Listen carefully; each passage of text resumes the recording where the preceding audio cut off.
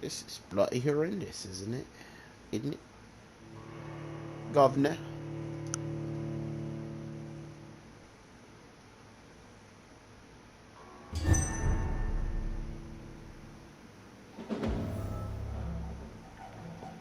Yikes.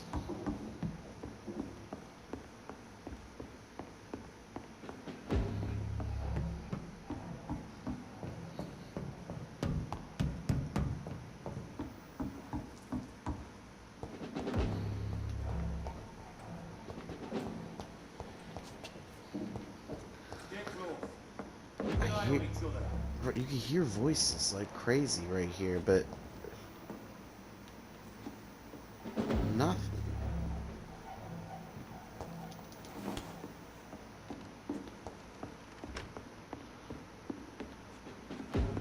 Bro, this thing is like you should be able to just fucking break through the fucking floor. It's locked, all right. Am I like missing a key or something? Is there a key lying around that I never picked up? I was about to say if that was it.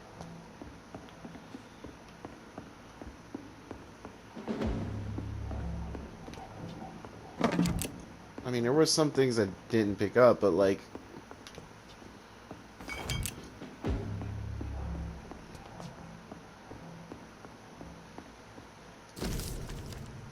Oh shit. Is this what I needed the whole fucking time? I just finished reading Doris Fletcher's journal. As painful and dreadful as it was, my God, the woman planned to see everyone in London afflicted by infecting all who would come to her next play. It helped me understand greatly what was going on. Doris Fletcher's real name was Doris Jones. She was the daughter of some Harriet Jones who has been treated as a patient for a long time at the Pembroke Hospital. Oh, it all makes sense now. Harriet is one of them. She's one of them. She's clearly hated her mother, but used her fame and notoriety. I know how to say words, okay? Notoriety to see her while visiting the poor and sick in the East End. I don't know exactly what happened then, but this is how her mother infected her before returning to the theater, and how she turned into that monstrosity that the leech known as Jonathan Reed finally defeated. The presence of that vampire in the same hospital where Harriet Jones was treated can't be a coincidence. I am convinced he is deeply involved with the vampire plague going on in London right now, and I am convinced Swansea is his accomplice, and that those two are planning something more terrifying than anything the Guard have ever faced. Maybe I should take some time to read the old books and manuscripts the Guard still possesses to get some answers. It may prove useful. In the meantime, I better send some patrols on to investigate about what's occurring at the Pembroke Hospital. A few days later, it took me 2 days to parse through the dusty registers and books we keep in the vault. God, I hate losing time like this. The search proved fruitful for once. I found 2 pages that could be related to our present situation in a copy of William Marshall's memoirs. I took them with me to read more carefully. This creature Marshall says he fought in 1666, this disaster that aimed to destroy London. It is very similar to what happened with Doris Fletcher. Disease, infection, hate of the living, a desire to see the city ransacked. I have no doubt that the bloody old leech of William Marshall is behind all of this, and that he is back. This could be our greatest... What the fuck? I was in the fucking... Motherfucker.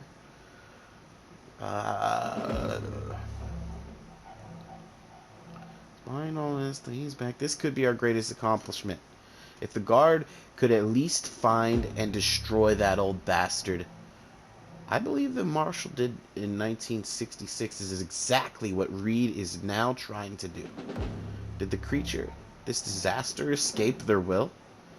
Is it why Marshall destroyed him in 1666, and Reed did the same with Doris Fletcher before she became such a creature? I don't know. But those two are clearly working together, and Swansea is helping them. I will immediately give orders to have him arrested and interrogated. As for Reed, I'll destroy that evil beast myself. And then we will defeat William Marshall.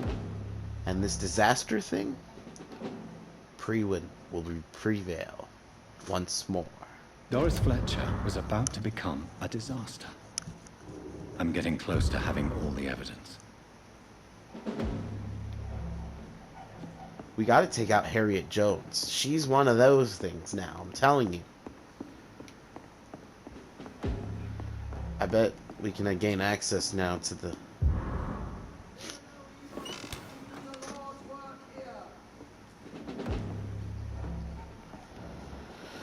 Alright, let's kill these fucking bastards.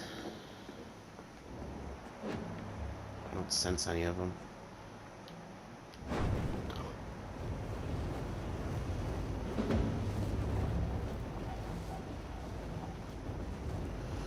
I just wasted this because I thought there was enemies gonna be down here, but...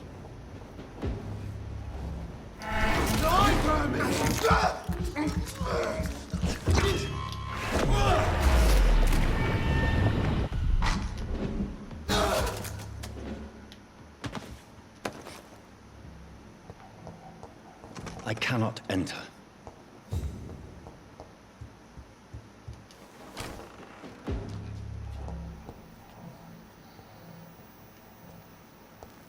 It's locked. It's bloody locked. God, more reading. The Brotherhood of the St. Paul's Stole finally agreed to meet me in London. They proposed to meet inside the new Cathedral of St. Paul. I like the wit and solemnity of these men. What a symbol to choose a place. Wait, what? To choose a place where I defeated this disaster. Oh, this is William Marshall's memoirs. Excuse me. But also the place where I fell. I agreed to their proposition. There, in the sacred silence of the church, and under the eye of God, they respectfully listened to me. They acknowledged my victory against this evil creature, the Dustatro. The eater of stars, who only wished to spread death and pestilence all around her. Since they acknowledged my wit to save London in 1666, they heard my request, my burning desire to stop the blood of hate. Their primate promised to come back to me with an answer. St. Paul, those are the guys that Swansea is with. The primate of St. Paul, who wrote back to me with just a name. The tier of angels, according to him. This ancient artifact could heal anything, cleanse the blackened soul and purify my blood. Blessed by the Lord, it took me more than 100 years to find a cure for the blood of hate, but I may finally have found it. Soon the rage shall end. Soon I may repair the wrong I did and cleanse my failures. Now all I need to do is to retrieve the necessary ingredients to create the artifact. Blood of the purest heart mixed with the blood of a king. To find a rare ingredient is not what worries me the most. For time is on my side. It's the last part that worries me. Pure essence of garlic. I'm afraid it will literally hurt like hell when I drink the antidote. But if that's the price to pay to cleanse my soul and correct my mistakes, I'm ready to endure this excruciating pain. Vampires really don't fuck with garlic, apparently.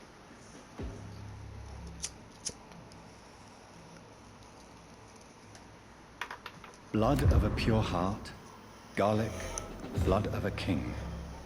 I don't understand. Perhaps this is what McCullum drank. I had better keep that in mind.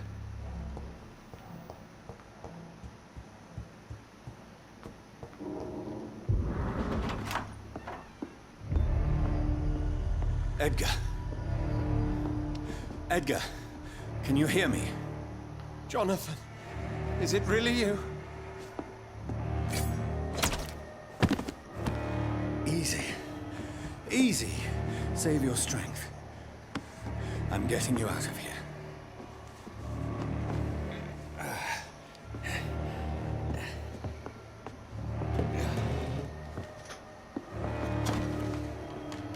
But first, Don't take a try seat. to spare me. As a physician, I know all too well when it's too late. Punctured lung, broken ribs, internal bleeding. An accurate diagnosis, wouldn't you say? Edgar, what happened? They wanted me to confess. Beat me black and blue. Jeffrey McCullum ambushed me at the Pembroke Hospital. He was convinced you and I were responsible for the Skal epidemic.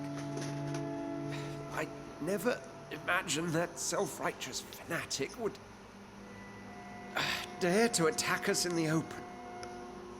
What became of him?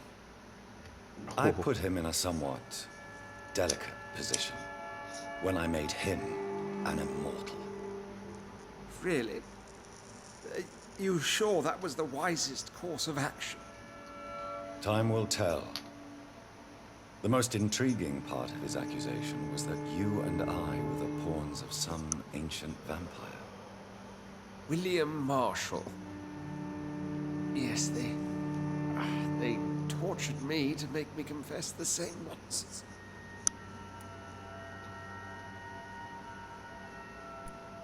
I think you're hiding something, Edgar. What do you mean? William Marshall, for example. You speak of him as if you know him. How is that? Jonathan, I cannot say I'm ready for another round of questions.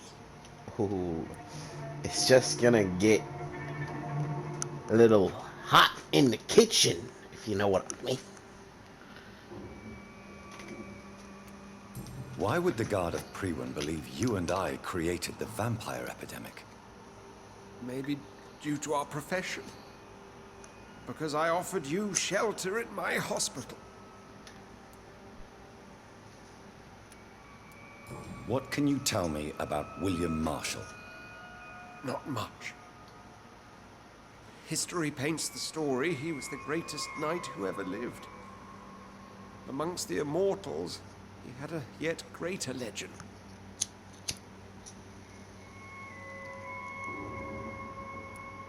Why is the Guard of Priwen so obsessed with him?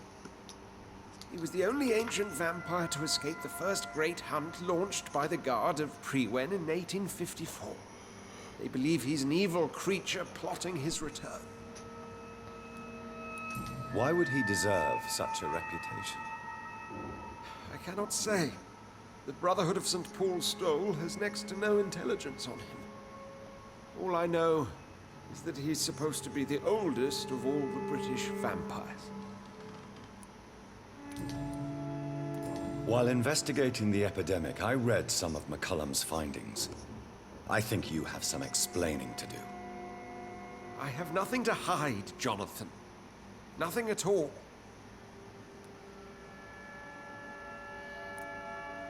Do you know Doris Fletcher's real name? No, I'm afraid not. Her real name was Doris Jones. She was the daughter of Harriet Jones. What do you want me to say, Jonathan? Do you remember when we suspected Sean Hampton of killing Harriet Jones? Yes. The terrible episode that came as a shock to us all. Harriet Jones faked her own death. When I found her in the sewers, she confessed she wanted everybody to pay for what happened to her. That woman was extremely bitter, full of hatred and festering anger. Doris Fletcher visited her mother at the Pembroke Hospital. That's how she first got infected. I know nothing about that. Miss Fletcher once came to visit the sick. That is all I know. No, Edgar, there is more.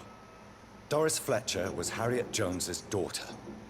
They exhibited the same symptoms: blind hate and strong physical mutation. What does this sad story have to do with us?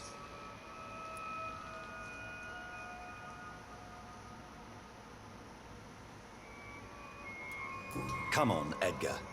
Don't you see the pattern here? The epidemic, the link between Doris and Harriet, the suspicion of McCullum. How could I? I never saw Harriet Jones again after she fled the hospital. Do you know where we are? Doris Fletcher's theater. This is where that hateful creature plotted to spread the epidemic across London. I only briefly met Miss Fletcher once when she visited the Pembroke Hospital. You say it was to see her mother. She seemed like such a sweet and graceful woman. My point exactly. The disease turned her into a bitter soul, driven by vengeance just like her mother. A symptom of all the infected patients. Certain diseases are known to produce similar effects. Rabies, for example. And rabies is not the devil at work. Doris and Harriet shared more than a hidden family bond. They were the embodiment of the epidemic and are linked to the Pembroke Hospital. Come on, Edgar, this is no coincidence. I swear I'm at a complete loss. All I did was administer vampire blood to cure old Harriet. There was no evil plan, no diabolical plot. You did what? I tested the regenerating and healing properties of vampire blood on Harriet Jones. My only intention was to find the cure for influenza, I swear. Whose blood did you use? William Marshall's? Mine? Lady Ashbury's. While transfusing her with human blood, humanely appeasing her hunger, I also kept samples of her blood for my research. You used her blood on Harriet Jones? My God, Edgar, that's unethical. You betrayed 2 of your patients at the same time. How dare you judge me? Must I name the alarming list of your victims? We are both deceivers. But at least I know I'm a monster. You have worked beside me. You saw what I'm doing at Pembroke Hospital. Jonathan, you know I'm not an evil soul. Just another victim of this tragedy. It's a little sus.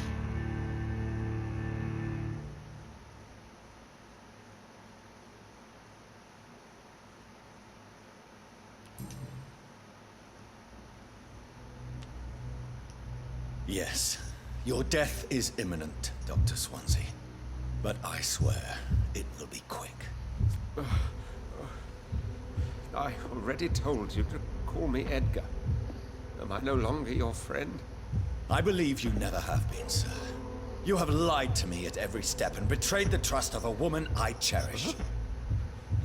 You and the lady? Really?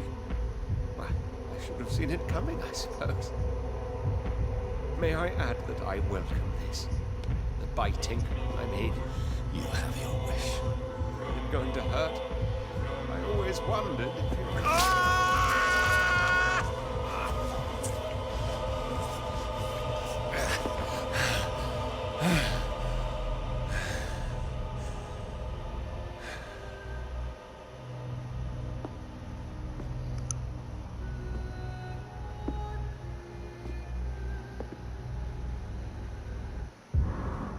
Jonathan always looks like he just orgasmed every time he fucking drains somebody of their blood.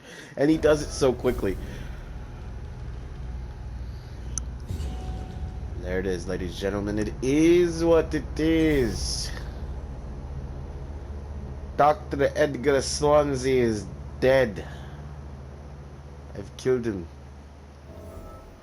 I'm on my own. Completely independent. Find out what happens next time on the brand new episode of Vampyr. Make sure you like, comment, and subscribe. Appreciate it.